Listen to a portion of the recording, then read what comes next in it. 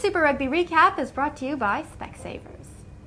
All right, and the third game of the weekend was a South African derby, Cheetahs versus the Sharks. Right, This is quite an exciting game. It was, and in typical South African fashion, the Cheetahs did the Sharks no favours. I predicted that the Cheetahs would be too good for the Sharks at home in Bloemfontein, and they were, winning 27-20. The Sharks picked up 1 point for losing by 7 or fewer, but unfortunately, from a South African point of view, they've now slipped to third in the overall log, which means they don't currently have that bye in the first week. Right. They're going to have to actually play an extra match, which is always key. A week's break normally is something players look forward to, but unfortunately, because the Crusaders won, they've actually moved ahead of the Sharks in the log. The Waratahs have actually won the log already. They can't be caught, so they're going to finish number one for sure. It's now a battle for that second spot between the Crusaders and the Sharks. The Sharks have to travel to Newlands to play the Stormers, which we know won't be an easy task for them. I don't think they'll even now go in as favourites to win that game, based on basically how the Stormers played last weekend. So they're going to have to pick up some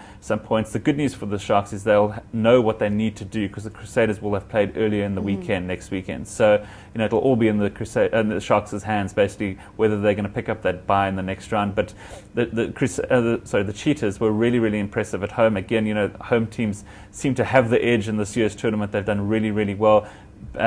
Based on the fact that the Cheetahs had 8 Springboks in their team and the Sharks chose to rest a couple of their players. Their bench was really strong, but when they came on, they were too far behind to really have much impact. So we had the Cheetahs walking away winners, even though there was a last-minute TMO decision which could have seen the game ended in a tie. It was ruled out as no try, so the Cheetahs hung on for their 7-point victory. Any standout players this weekend?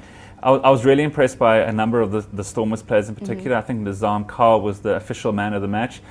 A special mention to Kurt Coleman, who was, I think, the third or fourth Stormers fly. He was up against Andre Pollard, who's the new flavour of the month in South African rugby, and he completely outshadowed Pollard. Pollard, he was on defence pretty much the entire game as the sort of Stormers swarmed all over the Bulls.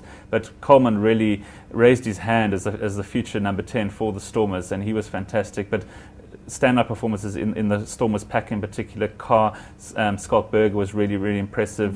Dwayne Vermeulen sort of rounded off a really impressive loose trio for the Stormers, and their front row scrum really, really well against the Bulls front row, which has got far more experience at international level as well. So the stand-up performance for me this weekend were basically in the Stormers team.